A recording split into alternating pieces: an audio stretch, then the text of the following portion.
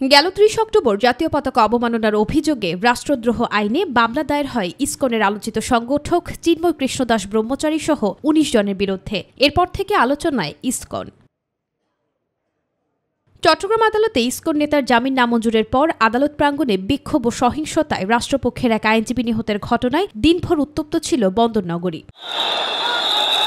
ISKCON নিষিদ্ধ চেয়ে এবং যেকোনো অপ্রীতিকর পরিস্থিতি এড়াতে চট্টগ্রাম ও রংপুরে জরুরি অবস্থা জারির নির্দেশনা চেয়ে হাইকোর্টে আবেদন করেন এক আইনজীবী। বিষয়টি স্পর্শকাতর হওয়ায় রাষ্ট্রের সর্বোচ্চ আইন কর্মকর্তা অ্যাটর্নি জেনারেলকে ডেকে পাঠান। অ্যাটর্নি জেনারেল বলেন, সরকার কি সিদ্ধান্ত নেয় তার জন্য অপেক্ষা করতে হবে।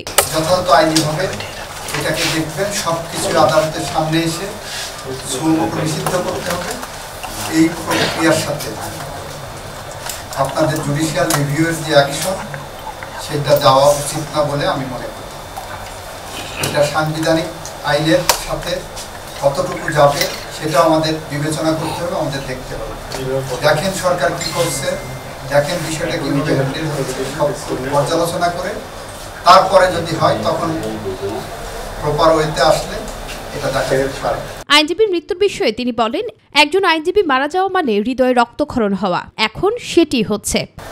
আমার একজন আইনজীবী ভাই যখন মারা যান তখন এটা আমারও হৃদয়ে রক্তক্ষরণ হয়। যে আইনজীবী মারা গেছেন তার ১.৫ বছর একটা শিশু আছে, তার পরিবার আছে, সে আমাদের সবার মাঝ থেকে হারিয়ে গেছে। নিশ্চয়ই আইনজীবী সমাজ এটা নিয়ে ভাবছে। এই সময় উচ্চ আদালত বলেন, আইন শৃঙ্খলা পরিস্থিতি যাতে কেউ অবনতি করতে না পারে এজন্য তারা উদ্বিগ্ন। ইসকন ও সাম্প্রতিক ইস্যুতে সরকারের পদক্ষেপ কালকের মধ্যে জানাতে বলেছেন হাইকোর্ট। নুসরাত শারমিন, মাই টিভি, ঢাকা।